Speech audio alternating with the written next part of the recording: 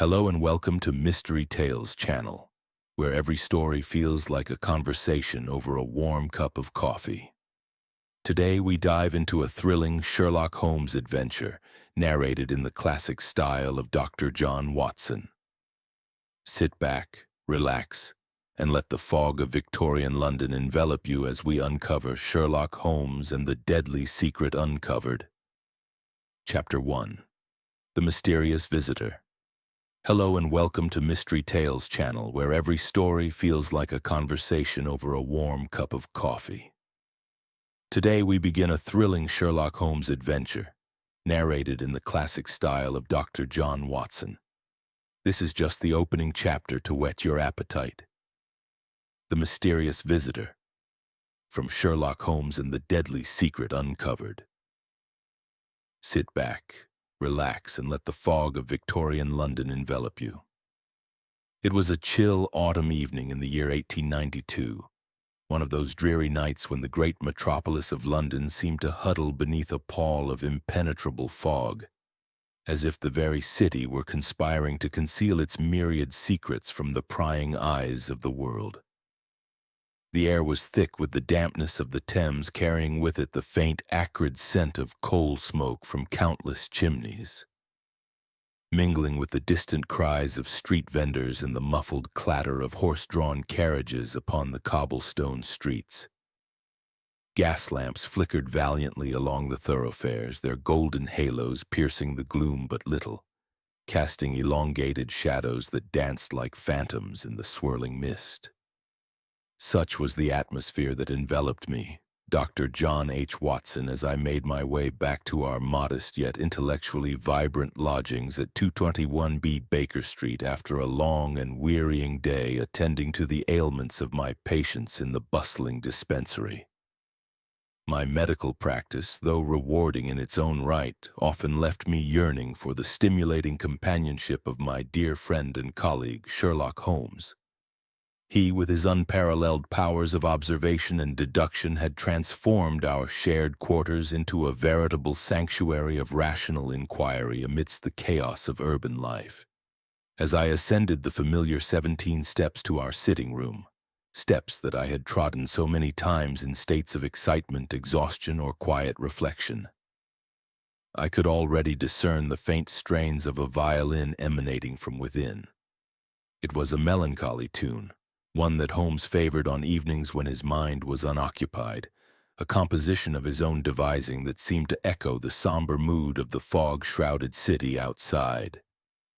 Pushing open the door, I was greeted by the warm glow of the fireplace, where a cheerful blaze crackled merrily, casting flickering lights upon the cluttered yet cozy interior.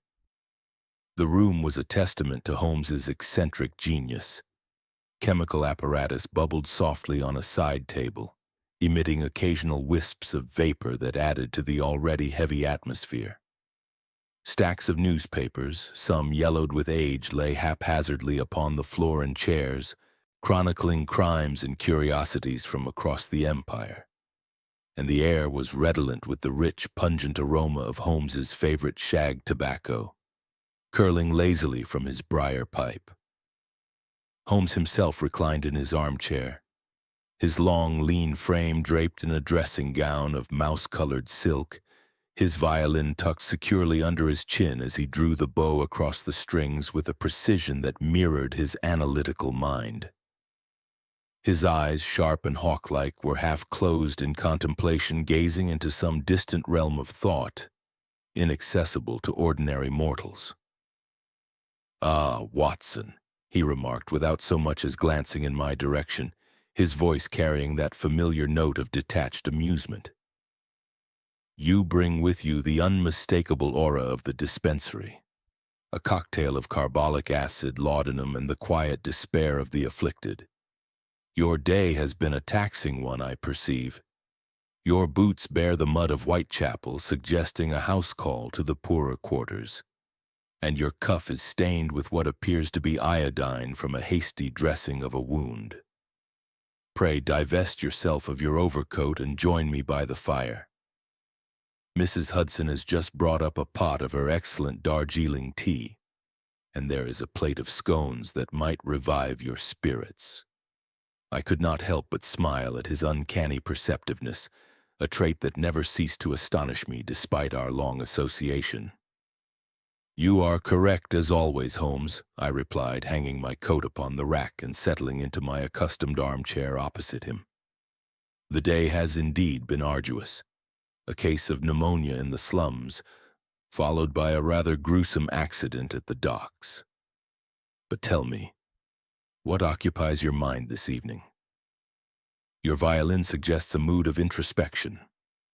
Holmes set down his instrument with a sigh, reaching for his pipe and tamping it thoughtfully. "The violin, my dear Watson, is the companion of my solitude. London is rife with intrigue, yet today has brought no fresh challenge to my door. The criminal classes seem to have taken a respite, leaving me to ponder the banalities of existence. But hark, is that a knock I hear below?" Indeed, as if summoned by his words, a sharp and insistent rap echoed from the street door, cutting through the quiet hum of the evening. We exchanged a glance, and Holmes's eyes gleamed with that sudden spark of interest that I had come to recognize as the harbinger of adventure. Moments later, the sound of Mrs. Hudson's footsteps ascended the stairs, accompanied by her voice, firm yet courteous. "A visitor, Mr. Holmes. A young lady in great distress. She insists upon seeing you at once. Miss Eleanor Vance, she calls herself." "Show her up, Mrs. Hudson, show her up," Holmes called out, rising from his chair with an energy that belied his earlier languor. "Watson, my friend, it seems the fates have heard my complaint. Prepare yourself. The scent of mystery is in the air." The door opened presently to admit our visitor, and I must confess that her appearance struck me with immediate sympathy. Miss Eleanor Vance was a woman of perhaps 25 years, possessed of a delicate beauty that was at present marred by evident agitation. Her complexion, naturally fair, was now pallid as alabaster, and her dark eyes, framed by long lashes, were wide with a mixture of fear and determination. She was attired in a gown of deep mourning black, the fabric of fine wool that spoke of genteel breeding, though it was somewhat disheveled from hasty travel. A veil, partially lifted, revealed trembling lips and a brow furrowed with worry. In her gloved hands she clutched a small reticule as though it were a talisman against the encroaching shadows of her troubles. She hesitated upon the threshold, her gaze darting between Holmes and myself before stepping fully into the room. "Mr. Sherlock Holmes?" she inquired, her voice a soft tremor that betrayed her inner turmoil. "I am Eleanor Vance. I have heard tales of your extraordinary abilities in unraveling the most perplexing enigmas. I come to you in my hour of greatest need, for a shadow has fallen upon my life that I cannot dispel alone." Holmes, ever the gentleman in such moments, gestured toward the sofa with a courteous bow. "Pray, be seated, Miss Vance. You are safe here within these walls. Dr. Watson, perhaps a glass of brandy to steady our guest's nerves? The fog outside is chill and your journey must have been trying." I hastened to comply, pouring a measure of the amber liquid from the decanter and offering it to her. She accepted with a grateful nod, sipping delicately before setting it aside. As she composed herself, I took the opportunity to observe her more closely. There was an air of refinement about her, the cut of her dress, the subtle pearl earrings, yet mingled with it was a hint of scholarly intensity, as if she were no stranger to books and learning. Her hands, though gloved, bore faint ink stains upon the cuffs, suggesting recent correspondence or note-taking. "Now, Miss Vance," Holmes continued, resuming his seat and fixing her with his penetrating gaze, "tell us your story from the beginning. Omit no detail, however trivial it may seem, for it is often in the minutiae that the truth resides." She drew a deep breath, her fingers intertwining nervously in her lap. "My father, Professor Reginald Vance, was a man of science, renowned throughout academic circles for his groundbreaking work in organic chemistry. He held a chair at the University of London and was often consulted by the Royal Society on matters of chemical innovation. Our home in Kensington was not merely a residence but a hub of intellectual pursuit, with his laboratory adjoining the main house, filled with apparatuses and compounds that promised to advance human knowledge. But 2 weeks ago, tragedy struck. Father was found dead in that very laboratory, slumped over his desk amid his papers and vials. The coroner, after a cursory examination, pronounced it a natural death, heart failure brought on by overwork and the strains of his advancing years. He was but 58, Mr. Holmes, and in robust health until that fateful night. I cannot accept such a verdict. There are circumstances too suspicious to ignore. Holmes leaned forward, his interest fully piqued. What circumstances precisely? Speak freely. From her reticule she withdrew a crumpled envelope, its seal broken and the paper slightly torn at the edges. This arrived by post the very day after his death, addressed to me in a hand I do not recognize. It contains but a single sheet inscribed with these words: "The deadly secret is uncovered. Death follows those who know." There is no signature, only a peculiar emblem at the bottom, a serpent coiled about a vial drawn in black ink. I took the proffered note, unfolding it carefully. The paper was of superior quality, heavy and watermarked, the ink bold and fresh. The message was terse, yet it carried an unmistakable menace.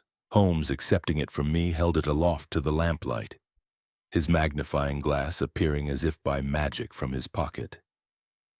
"Intriguing," he murmured.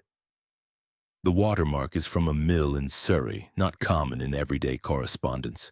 The handwriting is deliberately disguised with a slight tremor indicating either haste or feigned agitation. Note the flourish on the capital D. It betrays a continental education, perhaps German or French influence. And this symbol, it is alchemical in origin, representing the essence of poison, known as the viper's kiss in ancient texts. Miss Vance, had your father any known adversaries? In the world of science, rivalries can turn venomous." She nodded solemnly. "Indeed he did. Foremost among them was Dr. Elias Thorne, a fellow chemist who once collaborated with father but parted ways acrimoniously. Thorne accused him of appropriating ideas for a new serum, a compound with the potential to revolutionize medicinal treatments for nervous disorders. There were heated exchanges in academic journals, and Thorne vowed retribution. Additionally, our household servant, Mr. Josiah Hargrove, was recently dismissed for suspected theft of laboratory supplies. He left with ill will, muttering threats. And then there is my uncle, Sir Geoffrey Vance, father's elder brother, a man of means but profligate habits. He stands to inherit a substantial portion of the estate should anything befall me, as I am father's sole heir." As she spoke, I could see the weight of these suspicions bearing down upon her, her shoulders slumping slightly under the burden. Holmes, however, remained impassive, his mind already weaving the threads of possibility. "This serum you mention, what was its nature? And did your father confide in you any particulars of his recent work?" "Father was secretive about his research, Mr. Holmes, but he did mention that the serum held dual potential. For healing, yes, but in the wrong hands it could be adapted into a toxin of unparalleled subtlety, inducing symptoms indistinguishable from natural causes. He feared it might attract unscrupulous interest, perhaps even from foreign powers seeking chemical advantages." The room fell silent for a moment, broken only by the ticking of the mantel clock and the distant rumble of a passing omnibus. Holmes steepled his fingers, his eyes narrowing in thought. "A deadly secret indeed. Watson, what say you? As a medical man, does the description of the death align with your experience?" I pondered briefly. "Heart failure can mask many sins, Holmes. If a poison were involved, something like a digitalis derivative or an alkaloid. It might simulate cardiac arrest without leaving overt traces, especially if the autopsy was superficial. Precisely, Holmes agreed. Miss Vance, we must inspect the laboratory without delay. The clues may yet linger. Watson, fetch your hat and revolver. The night is young and the fog conceals both friend and foe. Chapter 2. The Chemist's Legacy. With Miss Eleanor Vance's tale of woe still hanging in the air like the fog outside our windows, Sherlock Holmes wasted no time in springing into action. The brandy had brought a touch of color back to her cheeks, and she regarded us with a mixture of hope and trepidation as Holmes paced the room, his mind already dissecting the fragments of the puzzle she had presented. "Miss Vance," he said at last, his voice crisp and authoritative, "we cannot delay. The scene of your father's demise may yet hold traces that time and interference could erase. Watson, summon a hansom cab. We depart for Kensington forthwith." I nodded, stepping to the window to hail a passing vehicle, though the fog made visibility a challenge. The streets below were a blur of muffled sounds, the occasional cry of a newsboy hawking the evening editions, the rumble of wheels on cobblestones, and the distant tolling of church bells marking the hour. Within minutes we were bundled into the cab, the horses' hooves clipping smartly as we ventured into the night. Miss Vance sat opposite us, her hands folded tightly in her lap, while Holmes gazed out into the swirling mist, his profile sharp and intent in the dim light of the cab's lantern. The journey to Kensington was not long, yet it felt interminable in the heavy silence, broken only by Holmes's occasional queries. "Tell me more of your father's work, Miss Vance.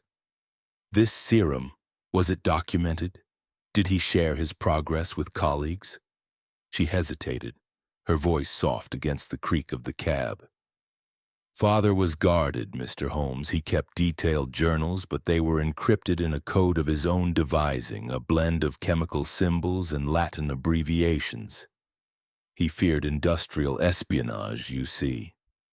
The serum was intended as a tonic for the nerves, derived from rare alkaloids, but he confided once that its formula could be inverted, turned into a poison that attacks the heart without leaving a trace." "Intriguing," Holmes murmured. "A dual-edged discovery. And his rivals, Dr. Thorne in particular. What was the nature of their falling out?"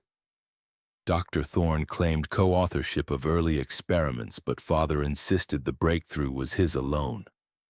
Their dispute escalated at a Royal Society meeting last spring, where Thorne accused him publicly of plagiarism. Since then, they've exchanged barbed letters in scientific periodicals." As we arrived at the Vance residence, a stately Georgian house set back from the road behind wrought-iron gates, the fog seemed to thicken, cloaking the building in an ethereal veil.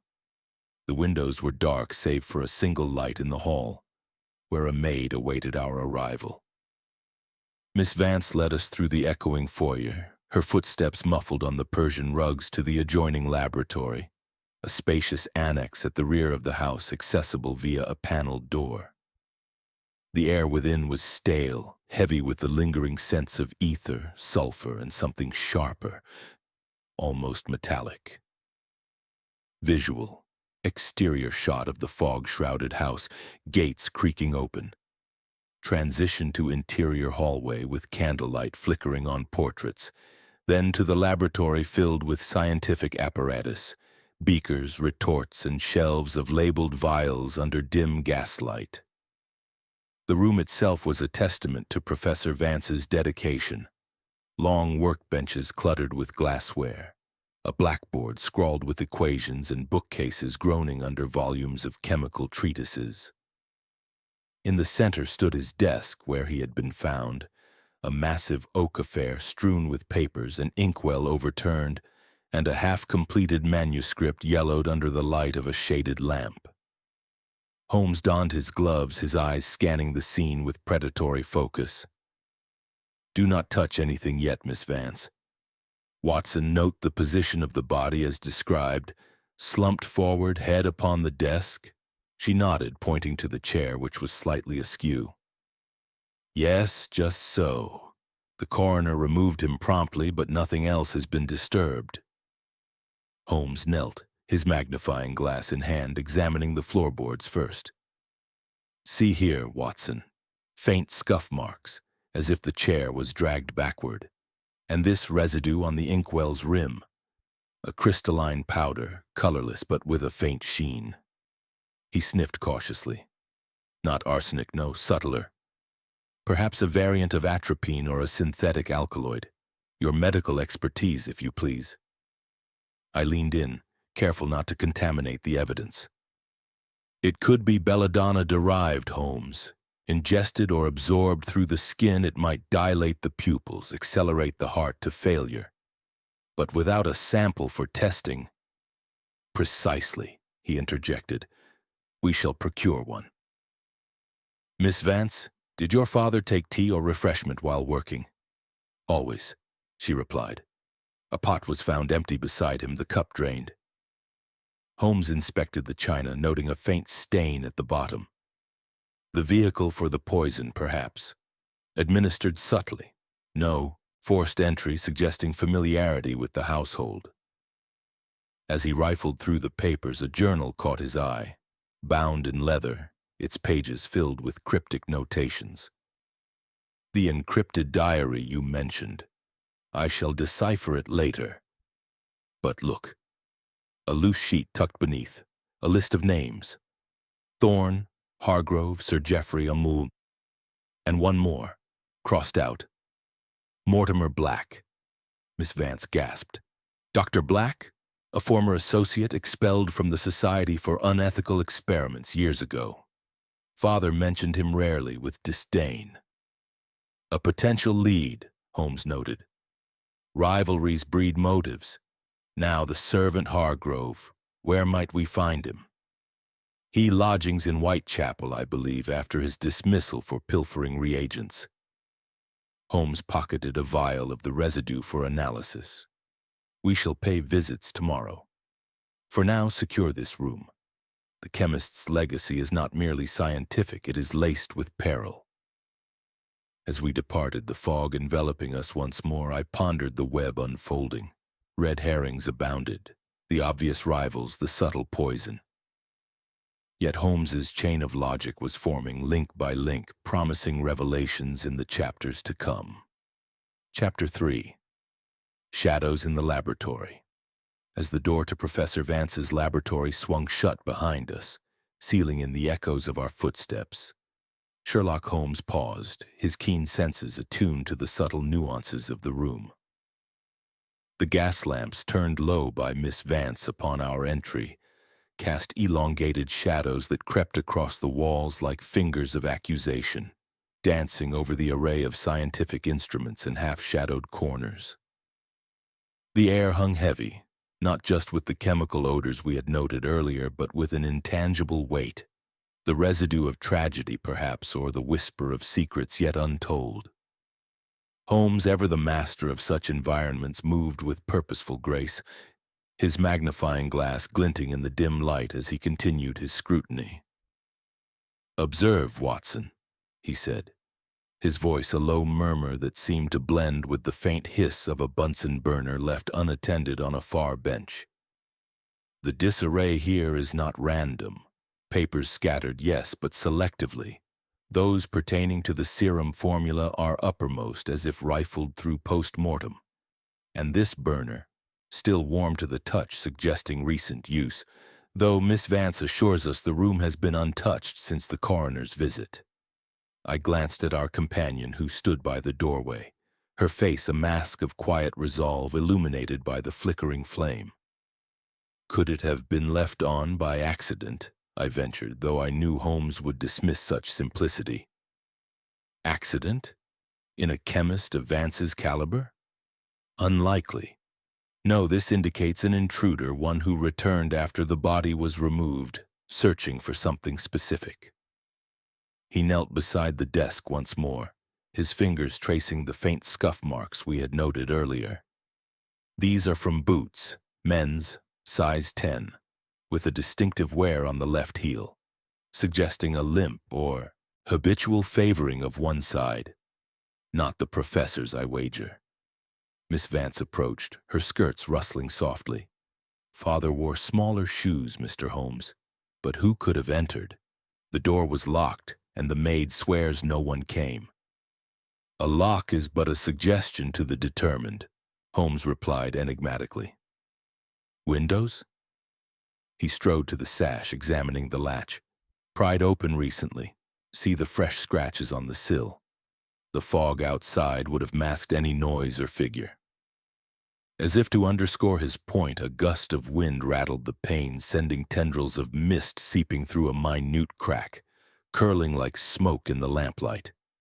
Emboldened, I inspected the shelves, my medical training guiding me to the vials of compounds. One caught my eye, labeled Atropa belladonna extract, half empty with a stopper loosely fitted. Holmes, this could be the source. Belladonna in concentrated form induces tachycardia, hallucinations, death resembling heart failure. He nodded approvingly. Well spotted, Watson. But note the dust pattern. This vial was recently handled, fingerprints smudged but discernible. We may lift them later. Miss Vance, did your father experiment with belladonna lately? Not that I know, she confessed. His work focused on synthetic alkaloids, not botanicals, but Dr. Thorne, his rival, specializes in plant-derived toxins. He published a paper on belladonna derivatives just last year. A thread to pursue, Holmes mused. Let us interview Thorne without delay. Watson, the hour grows late, but the fog may aid our discretion. We departed Kensington, hailing another hansom that materialized from the murk like a phantom carriage. The ride to Bloomsbury was fraught with the city's nocturnal symphony, muffled voices from alleyways, the occasional bark of a dog, the ceaseless drip of moisture from eaves. Dr. Elias Thorne's residence loomed as a grim, ivy-clad townhouse, its windows shrouded save for a solitary glow in what appeared to be a study. Miss Vance remained in the cab for safety, while Holmes and I approached the door, knocking firmly. After a tense wait, the door creaked open to reveal Thorne himself, a gaunt man in his 40s with hollow cheeks and eyes that burned with a feverish intensity behind wire-rimmed spectacles. He was clad in a stained laboratory coat, as if interrupted mid-experiment, and his hands bore the telltale discolorations of chemical exposure. "What is this intrusion at such an hour?" he demanded, his voice sharp as a scalpel. "Sherlock Holmes and Dr. Watson," my friend announced. "We inquire on behalf of Miss Vance regarding her father's untimely death." Thorne's expression darkened, a shadow passing over his features like a cloud across the moon. "Vance? That charlatan met his end through his own folly, no doubt. Stealing my ideas for that serum, it was mine, I tell you, but I had no hand in his demise. Come in, if you must, but make it brief." He led us to his study, a room mirroring Vance's laboratory in clutter but laced with a bitter edge. Shelves sagging under tomes of toxicology. A workbench littered with vials similar to those we had seen. The air reeked of acrid fumes, and a cage in the corner housed rats, their eyes gleaming in the gaslight. "You handle poisons routinely, Doctor?" Holmes inquired casually, his eyes roaming the room. "Of course. For research.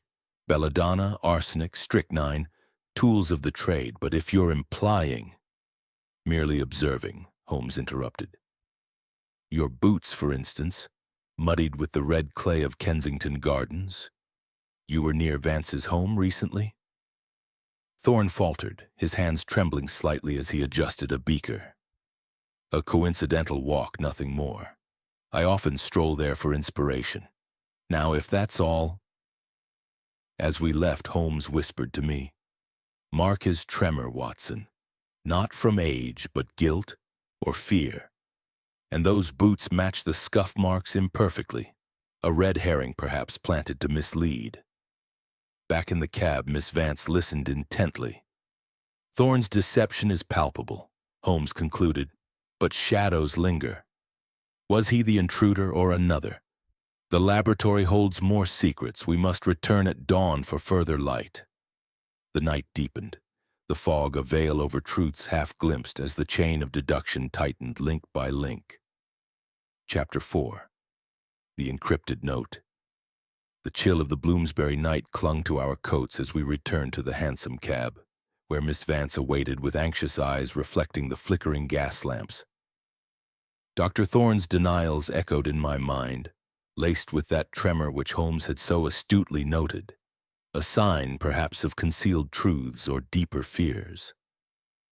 As the cab rattled back toward Baker Street, the fog seemed to part reluctantly before us, revealing glimpses of London's nocturnal underbelly. Shadowy figures huddled in doorways, the distant wail of a police whistle, and the ever-present murmur of the Thames lapping against its banks. Holmes sat in contemplative silence, his fingers drumming a rhythmic tattoo upon his knee while I pondered the shadows we had uncovered in the laboratory. The Pride window, the belladonna vial, the intruder's marks. Upon arriving at 221B, Mrs. Hudson greeted us with a tray of hot cocoa, her maternal concern evident in the furrow of her brow. "You've been out in that dreadful fog again, gentlemen, and with a lady no less. Do warm yourselves by the fire." We ascended to the sitting room, where the embers still glowed warmly, casting a comforting light over the familiar clutter.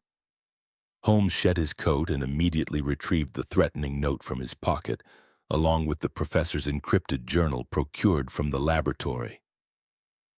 "Miss Vance," he said, settling at the table under the bright glow of the argon lamp, "let us unravel this web. The symbol on your note, the serpent coiled about the vial, it is no mere doodle. It hails from an arcane alchemical treatise, the Viper's Kiss, a 17th-century grimoire detailing esoteric poisons. It signifies a toxin of exquisite lethality, one that strikes without mercy or trace." Miss Vance leaned forward, her veil now fully lifted, revealing a countenance etched with determination. Father dabbled in historical chemistry. He owned such volumes. But the note's intent, it chills me. "Intent is key," Holmes replied, his eyes alight with the thrill of the chase. He turned to the journal, its leather cover worn from frequent handling. Pages crammed with arcane symbols, chemical formulae, and abbreviated Latin phrases. "Your father's code, a cipher blending alchemical notation with personal idiosyncrasies. Observe. The recurring motif of Hg for Mercury, but inverted to denote secrecy. With my knowledge of cryptology, we shall crack it." We gathered around the table, the room filled with the soft scratch of Holmes's pencil as he transcribed and substituted. I, with my modest grasp of codes from my army days, assisted where I could, while Miss Vance provided insights into her father's habits.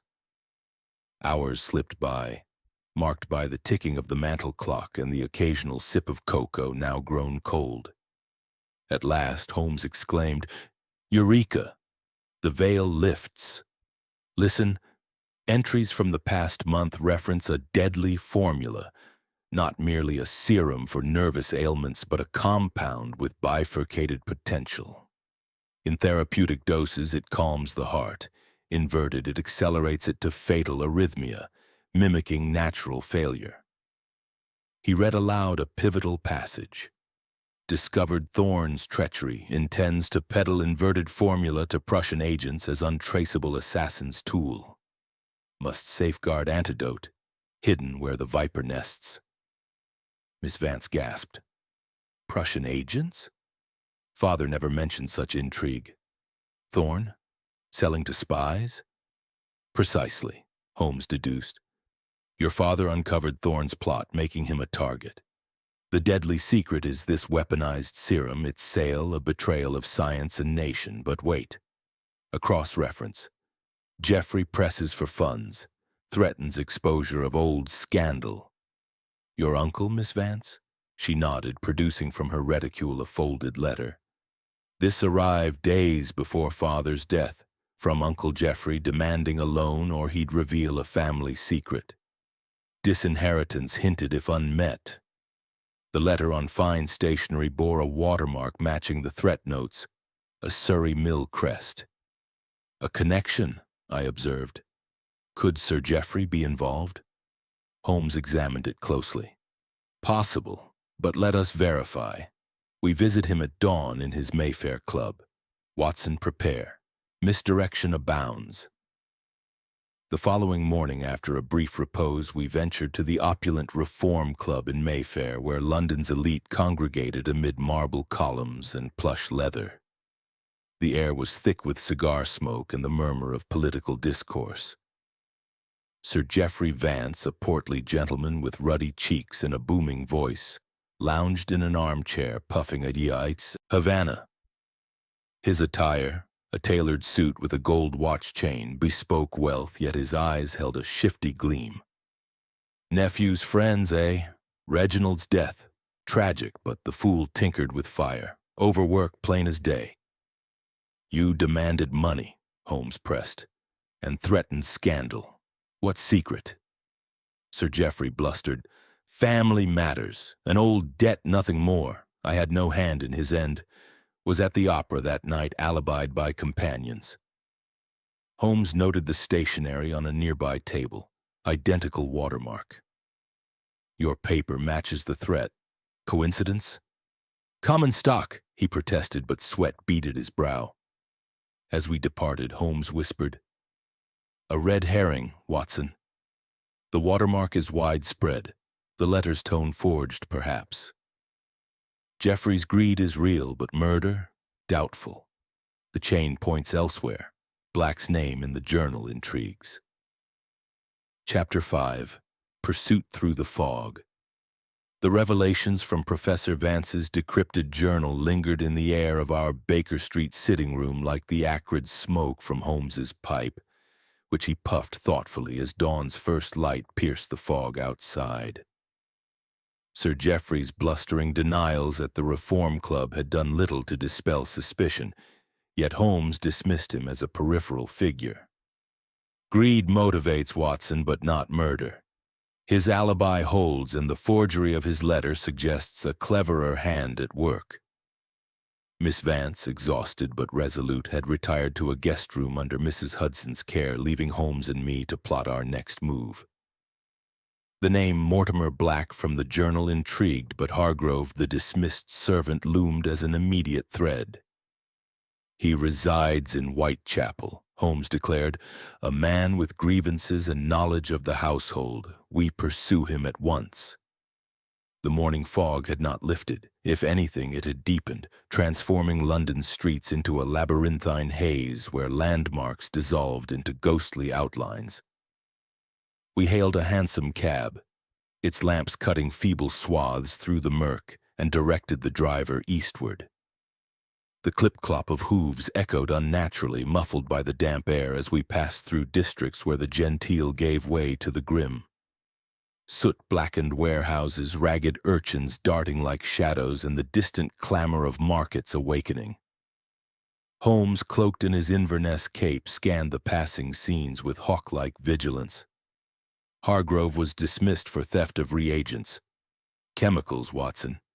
Likely belladonna or its kin, pilfered for resale or worse. Arriving in Whitechapel, the cab deposited us near the Black Swan, a dingy public house known for harboring the disreputable. The establishment squatted in a narrow alley, its sign creaking in the wind, windows grimy with years of neglect. Inside, the air was thick with tobacco smoke and the stench of stale ale. Patrons huddled over tankards in dim corners illuminated by sputtering oil lamps. Holmes, adopting a casual demeanor, inquired of the barkeep, a burly fellow with a scarred cheek, about Hargrove. Aye, Josiah's in the back nursing a grudge and a gin, he grunted, jerking a thumb toward a shadowed booth. We approached cautiously, my hand instinctively nearing the revolver in my coat pocket. Hargrove was a stout man in his 50s with a weathered face framed by unkempt whiskers, his eyes bloodshot from drink or sleeplessness. He looked up warily as we seated ourselves uninvited. "What do you want? I ain't done nothing." Holmes fixed him with a piercing gaze. "We come regarding Professor Vance's death. You were dismissed shortly before for theft. Care to explain?" Hargrove's grip tightened on his glass. "The old man accused me wrong. I took nothing but what was owed in wages. If he's dead, good riddance. He owed me plenty." From his pocket, Holmes produced the vial residue sample from the laboratory. "This matches compounds you handled, and this symbol, the serpent vial, found on a threat note." The man's face paled, a bead of sweat tracing his brow despite the chill. I don't know nothing about no symbol." But as Holmes pressed, Hargrove's resolve cracked. All right, Thorne paid me. Dr. Thorne gave me a vial to plant in the lab after the professor's death. Said it'd throw suspicion elsewhere, but I swear I didn't kill him." "A plant?" I echoed. "To frame whom?" "Thorne said the professor stole his work. Paid me 10 quid to sneak back via the window. That's how the latch got scratched. But murder? No, sir." Holmes leaned in. "Where is Thorne now? And this vial, empty but labeled with the symbol." Hargrove fumbled in his waistcoat, producing an empty file matching the description. "Here. He gave it to me. Said to dispose of it, but I kept it, thinking it might be worth something." Seizing the vial, Holmes examined it. Residue inside, the same toxin. "Watson, this confirms the intruder's marks, but Hargrove's boots, size 9, no limp, not our shadow in the lab." As Hargrove confessed more, Thorne's instructions came via anonymous note. A commotion erupted outside, shouts, the shatter of glass. Holmes sprang up. "He's been followed! Quick, Watson!" We burst into the alley, the fog enveloping us like a living entity, swirling in eddies that distorted sound and sight. Footsteps echoed ahead, a fleeing figure, cloaked and indistinct, vanishing into the mist. "After him!" Holmes cried, and we gave pursuit, our boots pounding the slick cobblestones. The chase led through twisting lanes, past derelict tenements where laundry hung like specters, the air heavy with the reek of the river. Shadows loomed. Was that a accomplice lurking? A false trail, perhaps, as a cat's yowl diverted us momentarily. The figure darted toward the docks, where warehouses hulked like behemoths in the gloom. We cornered him at a dead end, but he scaled a fence with agility, dropping into a yard stacked with crates. Holmes vaulted after, I following with less grace, my heart pounding. Inside the warehouse, the air was dank, redolent of tar and spices. A smuggling den? Flickering lantern light revealed labels, chemicals, bound for export. But the quarry had vanished, a door ajar leading back to the streets. Panting, Holmes scanned the crates. Thorne's mark, his laboratory seal. This is his secret depot, Watson. Hargrove was a dupe, the pursuit a diversion. But see, a manifest, shipments to Berlin, Prussian connections confirmed. As Big Ben told distantly, muffled by fog, we regrouped. The pursuit had yielded clues, yet the fog concealed more. Red herrings in Hargrove's tale, or deeper deceptions.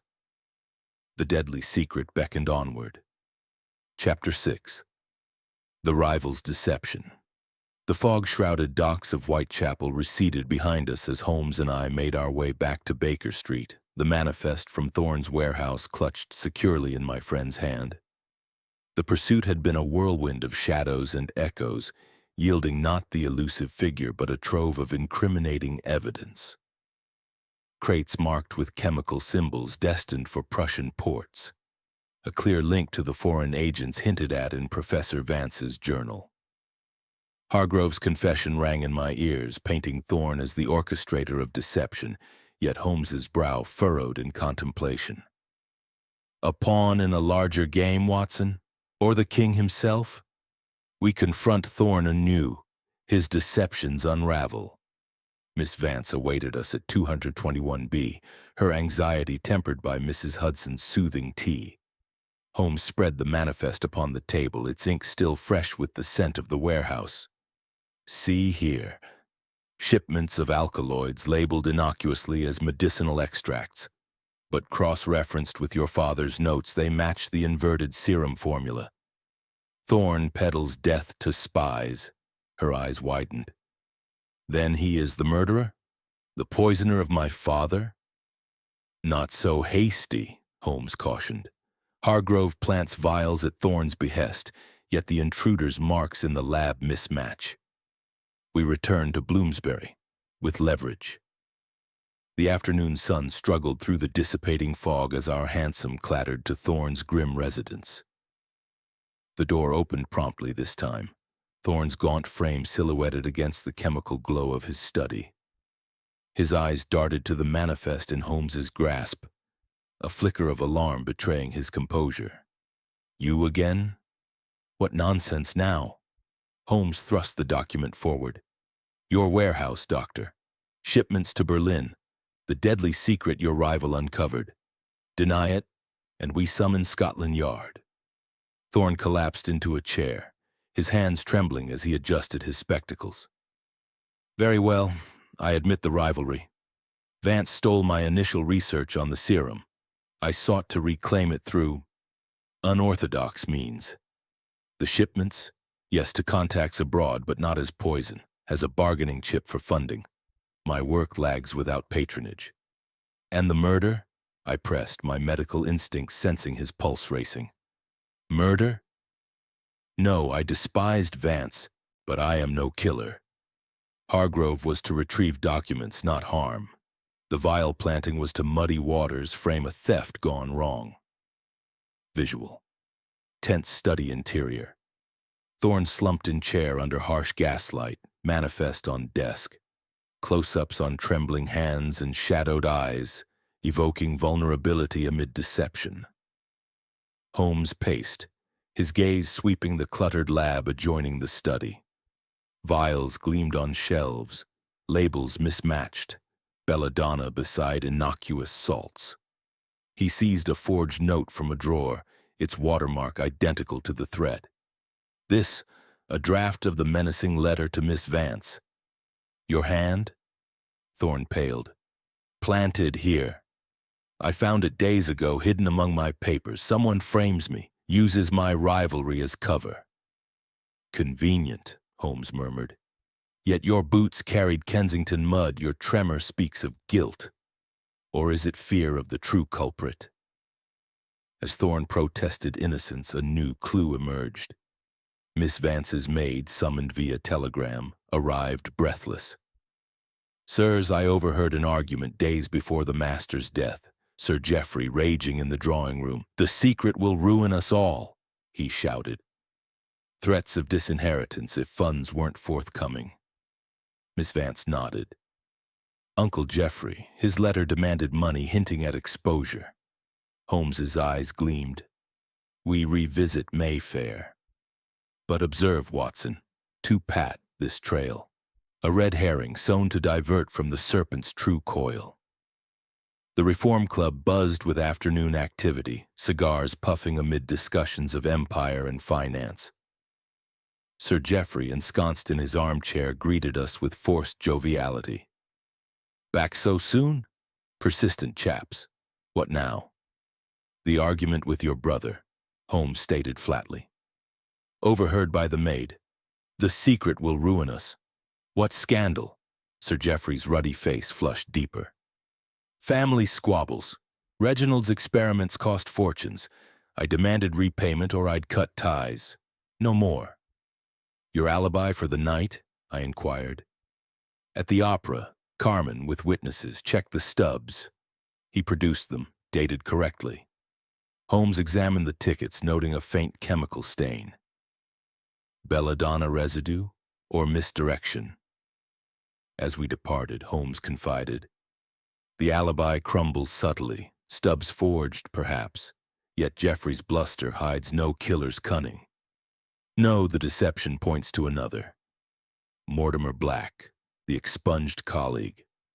His name crossed in the journal. Why? Back at Baker Street, Holmes consulted his indexes, volumes of criminal annals stacked high. Black, dismissed for unethical tests, vivisections on animals veering into poisons.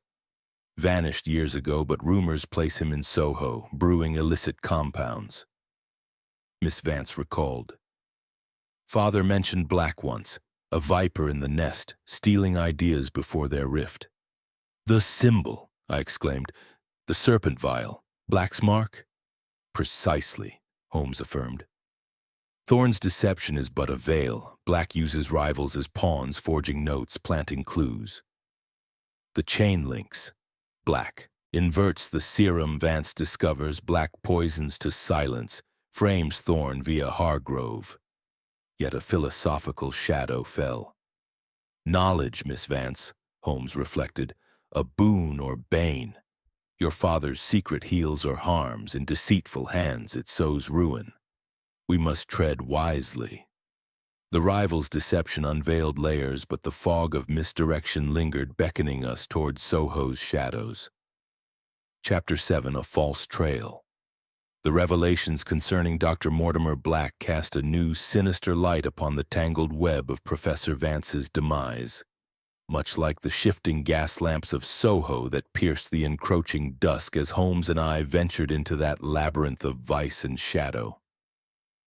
Thorne's admissions, though laced with deceit, had peeled back layers, revealing Black as the likely architect, a man whose expulsion from scientific circles for heinous experiments had not quelled his ambition but twisted it into something malevolent. Hargrove's tale, under Holmes's relentless probing, had cracked further. Not merely Thorne's dupe, but entangled with Black, who had promised him riches for aiding in the laboratory intrusion. A shadowy bloke he was, Hargrove had muttered before we left the pub. Met him in a Soho den, offered gold to plant more than vials, lies too. With Miss Vance safely ensconced at Baker Street under Mrs. Hudson's watchful eye, Holmes and I plunged into Soho's teeming streets.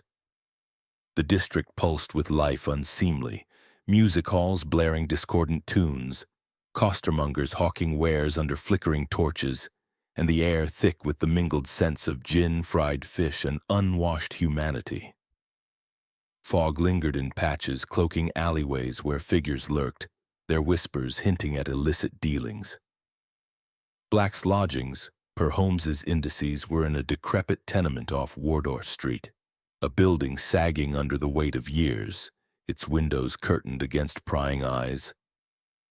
We ascended the creaking stairs, the wood protesting underfoot, to a door marked with faded paint. Holmes knocked sharply, but silence greeted us. With a deft twist of his lockpick, a tool he wielded with surgical precision, the door yielded. Inside, the room was a den of iniquity. Shelves groaned under jars of exotic poisons, their labels in Latin and arcane scripts. A workbench cluttered with retorts and crucibles, residues glowing faintly in the dim light from a single candle stub. Papers strewn about, diagrams of chemical structures that mirrored Vance's serum.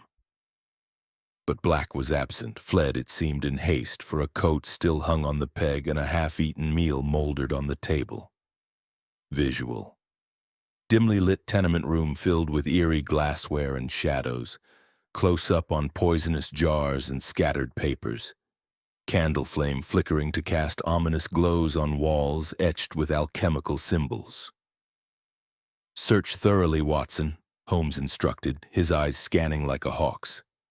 He leaves breadcrumbs, intentionally or not. I rifled through drawers, uncovering a crumpled map, a sketch of Kensington marking Vance's laboratory with a red X. Here, Holmes, a trail back to the scene. He examined it closely under his magnifying glass. Fresh ink, Watson, and this fiber caught in the fold. Silk from a gentleman's cravat. Black's haste betrays him. But observe, the map directs to a hidden compartment behind the blackboard. We return to Kensington at once. The hansom cab raced through the twilight streets, the fog now lifting to reveal the glittering lights of the West End contrasting Soho's squalor. Miss Vance met us at the door, her face pale but composed. "You found something?" "A false trail, perhaps," Holmes replied enigmatically, leading us to the laboratory. The room, undisturbed since our last visit, seemed pregnant with secrets under the gas lamps we ignited. Holmes approached the blackboard, its surface scrawled with equations, and with a gentle push revealed a hinged panel, a concealed compartment. But it was empty save for a single note. "The viper strikes where least expected." Miss Vance frowned. "Father never mentioned this hiding spot." "Precisely," Holmes mused. "Planted recently, the dust is disturbed. Black lures us here, but to what end?"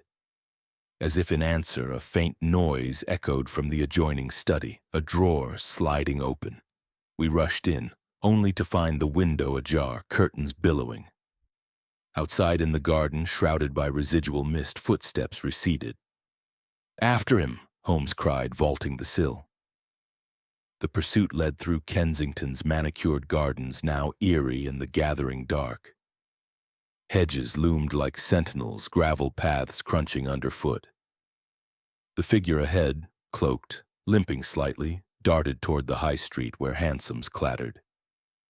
We gained ground, my revolver at the ready, but at a crossroads he vanished into a throng of evening strollers. Holmes halted, breathing steadily. "A decoy, Watson. Note the limp. Matches the lab scuffs, but exaggerated. Black tests a sow's doubt." Returning to the study, we discovered what the intruder sought. A safe behind a family portrait, as Miss Vance suddenly recalled. Father showed it once, for important documents. Holmes cracked the combination, Vance's birth year reversed, revealing papers, blueprints of the deadly toxin, annotations proving Black's origination, and letters exposing his plan to distribute it illicitly via Prussian intermediaries. Vance uncovered Black's scheme, Holmes deduced. Black poisons him, frames Thorne and Hargrove, forges Jeffrey's involvement as misdirection. Yet a red herring emerged. Among the documents, a receipt for poisons purchased under Thorne's name. Forged, Holmes noted, the signature imperfect. A false trail, leading back to the rival. Black anticipates our moves. As we pondered, Miss Vance interjected. "But the moral, Mr. Holmes. Father's work, twisted thus." "Ambition unchecked breeds venom," he reflected philosophically. "Science serves humanity, yet in shadows it destroys. We must pierce this deception's veil." Black's trail seemed a dead end, the map a lure, the pursuit a feint. But Holmes's chain tightened, promising confrontation amid the lies. Chapter 8. The Hidden Compartment. The false trail laid by Dr. Mortimer Black had led us on a merry chase through Kensington's twilight gardens, only to dissolve into the throng of the high street like smoke in the wind.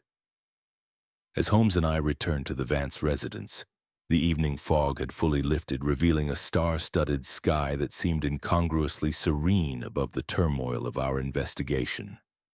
Miss Vance awaited in the study, her hands clasped tightly around a cup of tea, the family portrait now askew where we had accessed the hidden safe. The documents within, blueprints of the deadly toxin, incriminating letters, lay spread upon the desk, their contents a damning testament to Black's perfidy. Yet Holmes's expression was one of measured satisfaction, his mind already forging ahead. "The compartment yields truths, Watson, but Black anticipates exposure. We must analyze the toxin residue from his den, confirm its match to the professor's demise." Back at Baker Street that night, under the steady glow of the chemical apparatus Holmes so favored, we set to work. The sitting room transformed into a makeshift laboratory. Beakers bubbled softly, the air sharp with reagents as Holmes tested the samples. The crystalline powder from Vance's inkwell, the vial from Hargrove, and scraps from Black's workbench. I assisted with my medical knowledge, measuring dilutions and noting reactions. See here, Holmes announced, holding a test tube to the light where a precipitate formed a telltale violet hue. Not mere belladonna, but a synthetic alkaloid, atropine fused with a cyanide derivative, Black's signature from his unethical days. Administered via the teacup or absorbed through skin, it induces cardiac arrest indistinguishable from natural causes. Miss Vance, who had insisted on accompanying us, watched with wide eyes. Then Black is the poisoner? The architect of all this deception? Undoubtedly, Holmes replied, corking the tube. Vance uncovered Black's illicit distribution, the deadly secret to Prussian agents seeking untraceable weapons. Black silences him, frames Thorne with planted vials and forged notes, uses Hargrove as a tool, and sows red herrings like Jeffrey's scandal to mislead. But the antidote, mentioned in the journal as hidden where the viper nests, remains elusive. Black seeks it to perfect his toxin. A philosophical pause ensued as Holmes lit his pipe, the smoke curling like the serpent symbol. Consider, Miss Vance, your father's legacy, a serum for healing, perverted into death. It teaches that innovation, unchecked by ethics, becomes a viper in one's bosom, striking those closest. Determined to ensnare Black, Holmes devised a stakeout. He will surface in Soho, peddling his wares. We watch his known haunts, the apothecary dens where shadows trade secrets. The following evening found us concealed in a dingy Soho alley, the district alive with the cacophony of street performers and revelers. Fog had returned, a cloying blanket that muffled footsteps and veiled faces. Holmes, disguised in a tattered overcoat, scanned the throng from our vantage behind stacked crates, while I kept watch with my revolver at hand. Hours passed in tense vigil, the gas lamps casting ethereal halos, hansoms clattering by with passengers oblivious to the intrigue. Suddenly, a figure emerged from the mist, gaunt, limping subtly, matching the lab intruder. Black, cloaked in shadow, approaching a nondescript door marked with the serpent emblem. He meets a buyer, Holmes whispered. Observe, the man in the Prussian greatcoat. We crept closer, ears straining to catch fragments of conversation through a cracked window. The formula is ready, Black hissed, his voice oily with cunning. Undetectable as promised. But the antidote, Vance hid it well. The buyer, a stern-faced foreigner with a Teutonic accent, handed a pouch of gold. Deliver or face consequences, our agents await. As the exchange concluded, Holmes signaled. Now, Watson, we burst forth, the fog aiding our surprise. Halt in the name of justice, I shouted, revolver drawn. Chaos erupted. The buyer lunged, but Holmes felled him with a precise blow from his stick. Black, agile despite his limp, darted into the alley, overturning crates in his wake. I gave chase, the mist swirling as he vanished around a corner. Gunfire echoed, a warning shot from Black's concealed pistol, but he escaped into the night, leaving only a dropped handkerchief monogrammed MB. The captured buyer, bound and interrogated, proved a minor agent. Black promised the toxin for our operations, he confessed under pressure. But he fears exposure. The antidote neutralizes it, hidden in Vance's lab. Lestrade, summoned via telegram, took the man into custody. Good work, Holmes, but Black slips the net. Returning to Baker Street, Miss Vance received another chilling note, slipped under the door. Cease pursuit, or join your father in the grave. The serpent symbol glared mockingly. Holmes examined it. Black's hand, the ink fresh paper from Soho Mills. He panics, revealing proximity. Yet a red herring surfaced. The handkerchief bore traces of Thorne's lab residue, suggesting alliance or frame. Misdirection again, Holmes deduced. Black plants it to rekindle suspicion on the rival. The hidden compartment, metaphorical and literal, had unveiled more. The toxin's nature, Black's desperation. But as the fire crackled, I reflected on the moral quagmire. Secrets once uncovered demand guardianship, lest they consume all in their path. Chapter 9. Confrontation at Midnight. The shadows of Soho's failed stakeout clung to us like the persistent fog that had once more descended upon London as Holmes and I returned to 221B Baker Street, the captured Prussian agent in Lestrade's custody offering but a fleeting victory. Black had eluded us, his dropped handkerchief a deliberate taunt smeared with Thorne's lab residue, yet another red herring to muddy the waters of suspicion.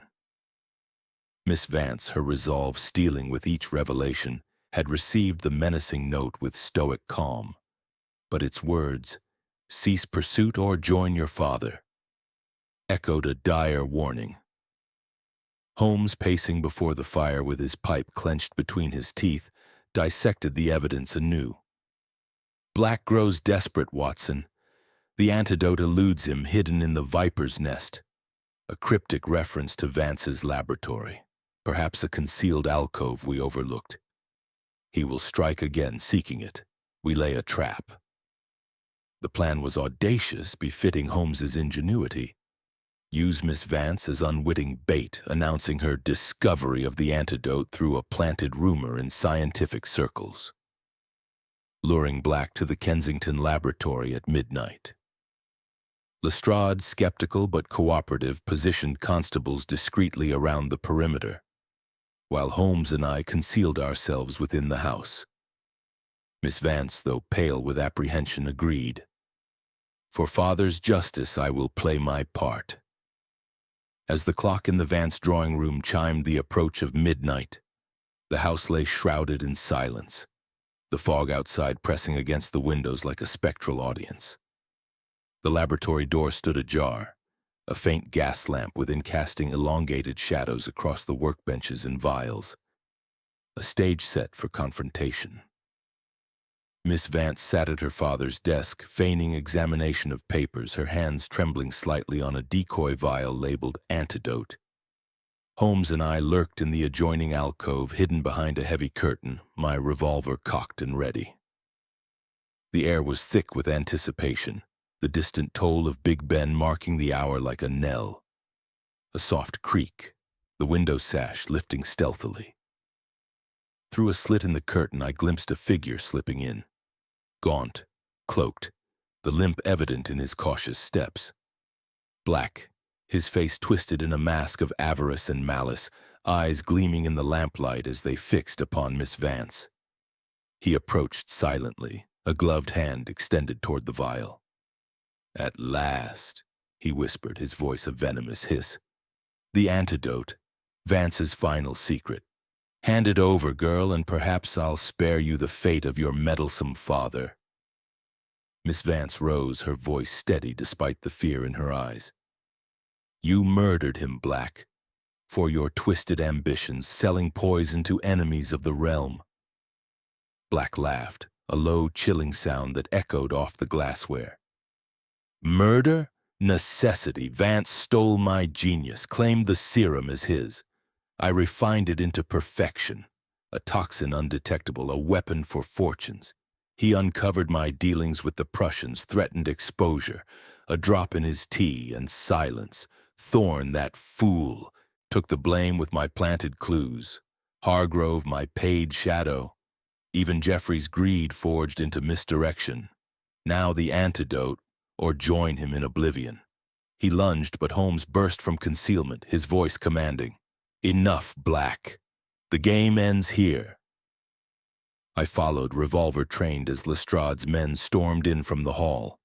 Chaos ensued, Black whirled, knocking over a retort that shattered in a cascade of shards and acrid smoke. He seized a vial from the shelf, the true toxin perhaps, hurling it toward us.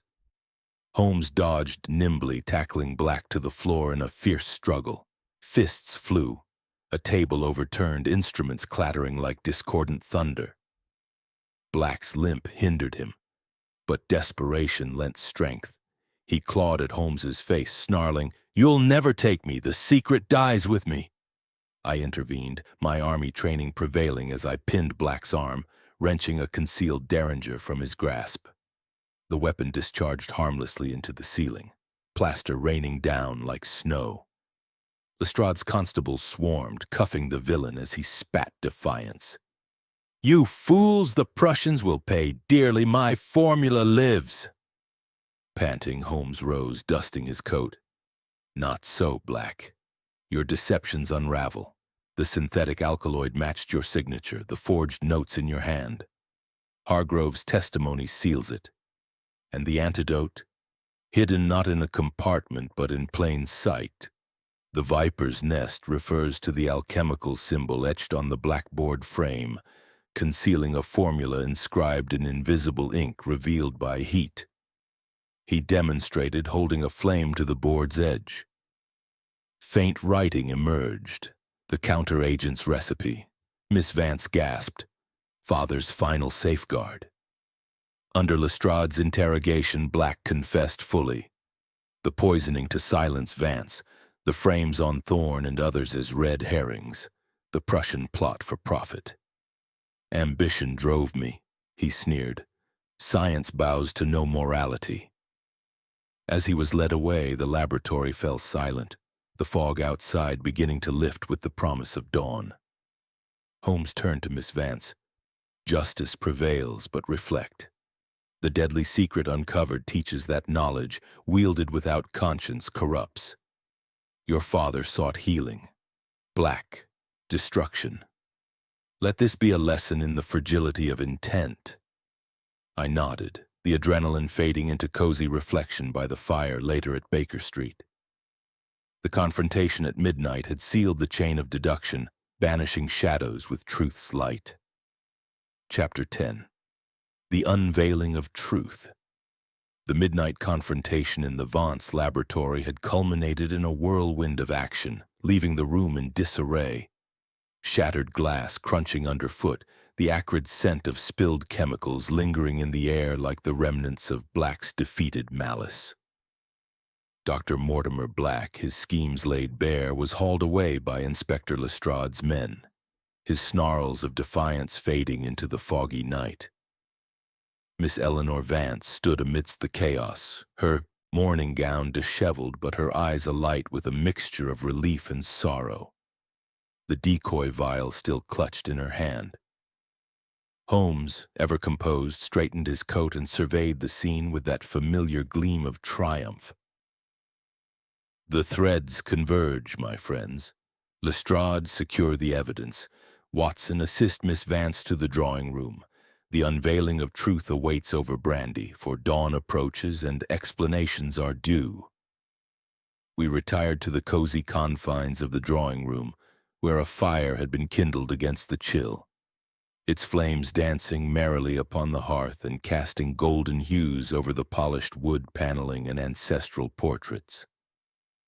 Mrs. Hudson, ever the stalwart, had been telegraphed ahead and arrived with a hamper of restoratives from Baker Street. Strong tea, scones, and a bottle of fine cognac. Lestrade joined us, notebook in hand, his mustache twitching with reluctant admiration. Miss Vance settled into an armchair, her composure returning as Holmes poured measures of the amber liquid. "Mr. Holmes," she began, her voice steady, "you have my eternal gratitude. But pray explain it all.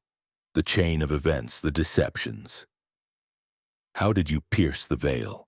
Holmes leaned back, his fingers steepled in that characteristic pose, the firelight reflecting in his keen eyes. "Very well, Miss Vance. Let us reconstruct the logical deduction step by step that the audience, were this a tale for the Strand, might follow. It began with your visit to Baker Street, the threatening note bearing the alchemical serpent symbol.